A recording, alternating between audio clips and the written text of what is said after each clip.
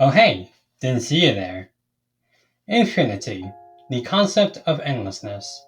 The universe is in a constant state of expansion, and time in a constant state of moving forward.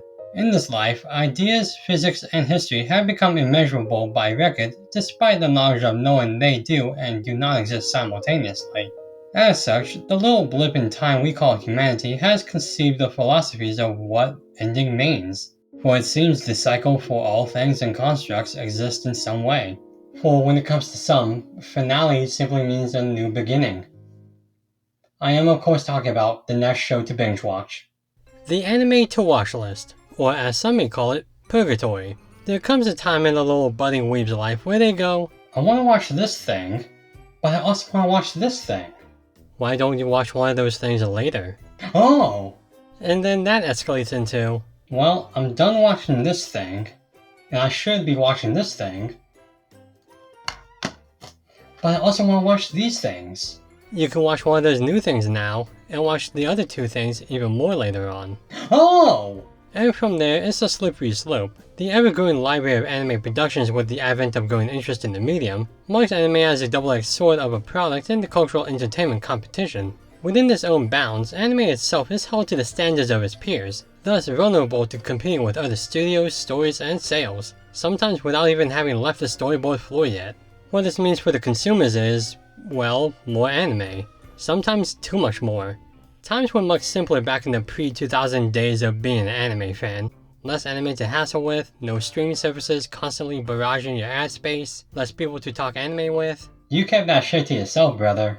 All you had to do was wait around a week, watch the shows you scheduled your life around, and repeat, which is a different kind of purgatory. Same name, different methods, I guess. And the only downside was that if you missed an episode, you're either lost in the story or you had to deal with other people IRL or online. And I don't doubt that some people back then kept tabs on shows and where they were in them and such. If I was an anime fan back then I probably would have been one of them. Which would be doubly impressive considering I wasn't even alive at that time. As a precursor to the modern listing methods, it's probably fine. Again, I wasn't around before the major upswing in anime favoritism on the internet, but I could guess some of the faults to the system, like the scheduled accessibility and the limited cultural referrals from others or the dial-up days. But I guess those times in the dark didn't last too long because anime would get more popular anyway, with shows like Pokemon, Dragon Ball, Naruto, and Cowboy Bebop being among those that would grab children and adults' attention alike. In addition to that, the inevitable evolution of technology. The internet, finds a way. That can be said about a lot of things that goes on that wacky system, but in this case, anime's availability skyrocketed. Albeit not entirely through ethically sourced means, but that's a topic for another day. I'll just wait for the free range waifus, thank you. Well, now we've had a means to watch anime on the fly, meaning the opportunity to actually settle whatever completionist mindset they had little to no barriers, provided they had a decent internet connection and a lot of time in the world. Keep in mind, we're still talking about early to mid 2000s here, so when most anime fans were grade school to college age, and when everything was an economic disaster. Yeah. And so you can bet that even more people were able to keep track of their shows easier and with more advanced ways. But as they say, with advancement comes hubris. I don't think anyone actually says that, but the point still stands. Because sometimes you're not in the mood for a high action shonen. Sometimes you want to curl up to a nice rom-com, or to a subpar hentai. And in this torturous hell we call the anime fandom, sometimes there's just too much to keep track of in our little degenerate brains. Well, that's where we get the actual to-watch list, a personalized list made by the victim, willing participant of the community that's basically, I'll check this out later. The list. On the surface, this is a rather straightforward concept, and if you don't complicate things in your life, it pretty much is. Couldn't be me. It's a list of things queued up for you to watch however you see fit. It can include a multitude of shows, movies, original animations, etc, etc. Want to watch a new show but don't have the time for it right now? Add it to the list. Want to get back into a show but forgot where you left off? Consult the list to remind yourself. Trying to remember that one incredible doujinshi but completely forgot the title or 6-number code? That one might be a different list, depends on how freaky you are. The list is just a convenient tool that just about anyone can wrap their heads around. It's how weebs can progress their personal journey through the medium, sort of like a save button, but for something less productive than a save button for probably everything else. But that's where they get ya. If you're an experienced weeaboo who's seen many an anime, then chances are you haven't seen many an anime. The curse of the to-watch list is that it's never ending, or rather, it's the pinnacle of procrastination. For some reason, weebs have a tendency to pile on more shows into their queue, despite having a backlog that could number hundreds, thousands, maybe even tens of shows already waiting to be free of their virtual cobwebs. It's just so potentially large. What have they got in there, King Kong? I mean, after all, those shows really aren't going anywhere, so we'll just have to get back to them when we have the time. But really, we were so preoccupied with whether or not we could that we didn't stop to think if we should. And trust me, I'm not innocent in this either. Personally, I even forget that I even have one sometimes.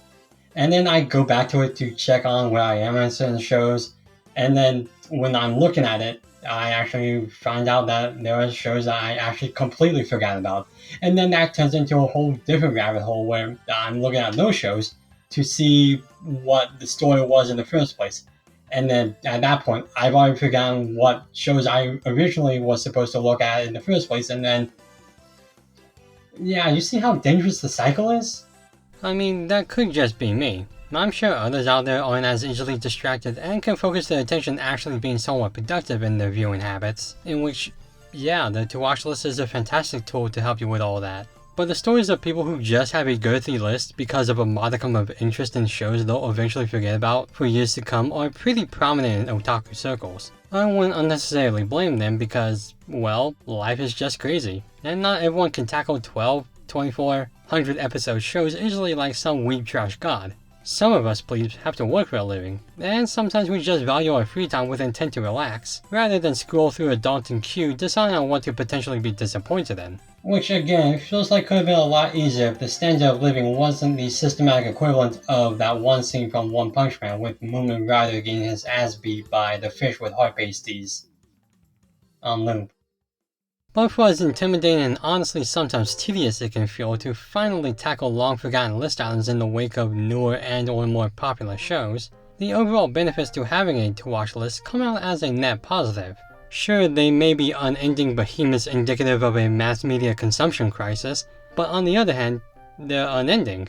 Like, there's nothing to not watch when you're in a situation like having hundreds of hours of episodes to watch. The only limits you would reasonably have outside of internal personal restraints are time and possible acquisition issues.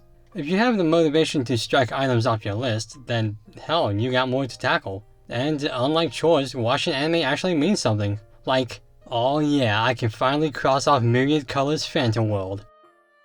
I'm not proud of it, but by God, you did it. You crazy son of a bitch, you did it. I'm not sure what's with all these Jurassic Park quotes. I haven't even seen the movie. It's just really quotable. I should see it sometime, I guess. I'll just add to my list. See, here I'm now sitting by myself, or talking to myself. That's chaos theory. And with modern tech and techniques, keeping a list is easier than ever in comparison to the Dark Ages where you either had to rely on a wrinkly old meat slab or a flimsy, easily destructible piece of paper. And there's no name associated with the to-watch list more than the premier website whose whole existence is centered on the concept, MyAnimeList. Why was that silhouetted? MyAnimeList, for those of you who aren't familiar with the list lifestyle, is a social network site most known for keeping what else but your anime list. It came about in late 2004 and has since grown to be one of the top cataloging and archival sites for all things anime.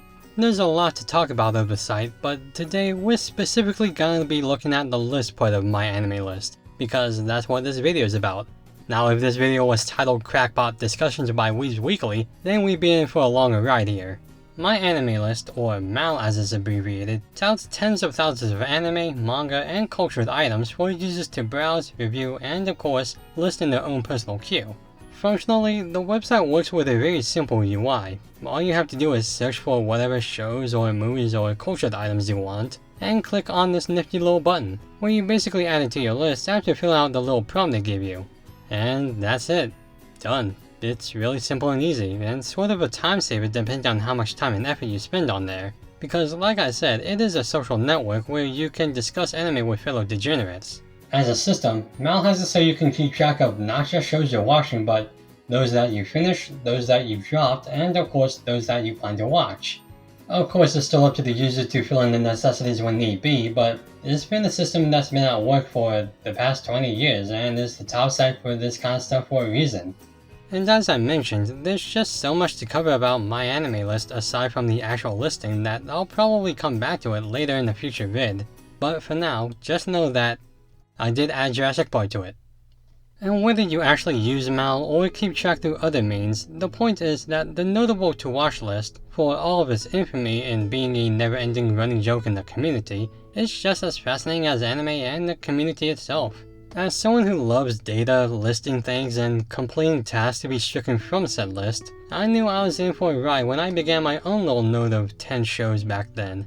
From then on, it's only been stacked onto more and more, like one big pile of shit. Last one, I promise. And for as formidable as it seems sometimes, I'm glad I have it. It's nice to know there's a resource I can consult to get my anime fix from, with some decision fatigue sprinkled in there. And I know I'm sounding ironic here, but I genuinely feel privileged in a way to have so much anime within my accessible means. The to watch list is a staple in the anime community zeitgeist as much as anime figures, conventions, and merchandise, albeit not as often talked about. I'll be honest, I'm not sure how other fandoms would handle their sort of respective media in this way, like gaming or, I don't know, fly fishing. But it is still amazing that within the anime community, there's a whole website dedicated to the thing, and there are even jokes about how crazy and dreadful the whole backlog of one would be. So that gives me reason to think that the community takes it more seriously than one may think. And to be honest, that's pretty on point for us weebs. And now, if you'll excuse me, this whole to watch list stuff actually had me thinking about several shows on mine that I probably shouldn't have on there any longer. Can't watch them all. Gotta make room for Jurassic Park after all. I should probably talk about that actually.